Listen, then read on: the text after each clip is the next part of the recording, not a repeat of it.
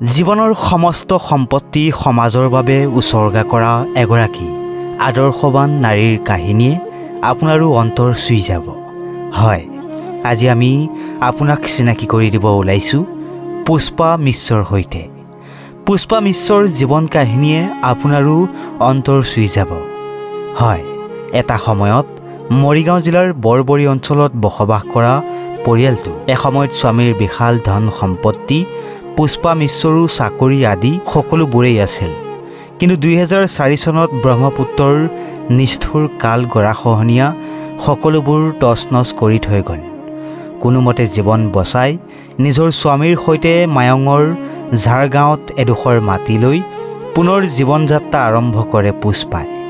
এৰি দিয়ে নাৰ্ছৰ চাকৰি, কিন্তু ইয়াতো নিয়তিৰ নিষ্ঠুৰতা, অকাল মৃত্যু হয় পুষ্পাৰ স্বামী ভৱেশ মিশ্ৰৰ। স্বামীৰ মৃত্যুৰ পাছত সম্পূৰ্ণভাৱে অকলশৰীয়া হৈ পৰে পুষ্পা, আৰু এতিয়া ল'লে যুগান্তকাৰী সিদ্ধান্ত। জীৱনৰ শেষ সময়খিনিত নিজ ভেটিৰ মাটি এতিয়া সৃষ্টিকলা নিকেতন নামৰ স্কুলখনি খুলি কণ কণ ছাত্ৰ ছাত্ৰীৰ সৈতে হাঁহি ধেমালিৰে জীয়াই আছে মহিলাগৰাকীয়ে। এটা সুন্দৰ দৃশ্য আজিৰ তাৰিখত আপোনালোকৰ বাবে আগবঢ়োৱাৰ চেষ্টা কৰিলোঁ। নমস্কাৰ, মইতো আজি নিজে আনন্দিত। যেতিয়া বৰবৰীত ভাঙিছিলে তেতিয়া খুব দুখত পৰি গৈছিলোঁ, কিন্তু পৰাৰ পিছতো মই নিজে ভাঙি পৰা নাই।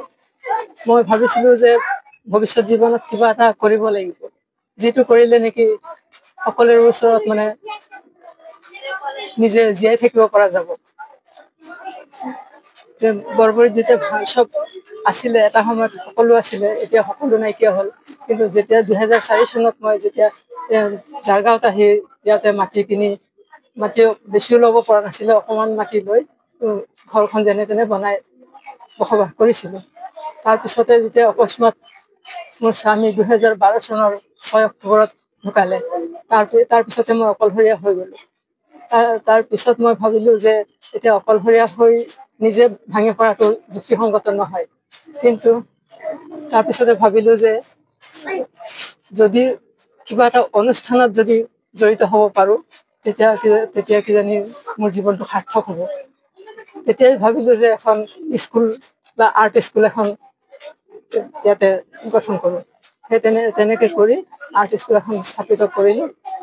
তাৰপিছত এতিয়া সৰু সৰু ল'ৰা ছোৱালীকেইটাৰ লগতে মই মানে খুব আনন্দেৰে জীৱন কটাই আছোঁ।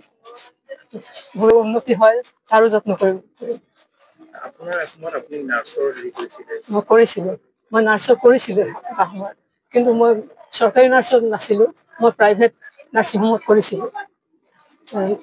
সেইটো 1980 পৰা 1995লৈকে। তাৰপিছতে 92ত মই বিয়া সোমাই বৰবৰীত আহিছিলোঁ। নিজৰ ব্যৱসায়তে যোগদান কৰিছিলোঁ। মাটি আছিলে তাতে কৰিছিলোঁ, কৰি তাৰপিছতে ভাঙি পাতি যোৱাৰ পিছত মই ঝাৰগাঁৱত সঞ্চালিত অৱস্থা হ'ল। News desk, INA news, Assam.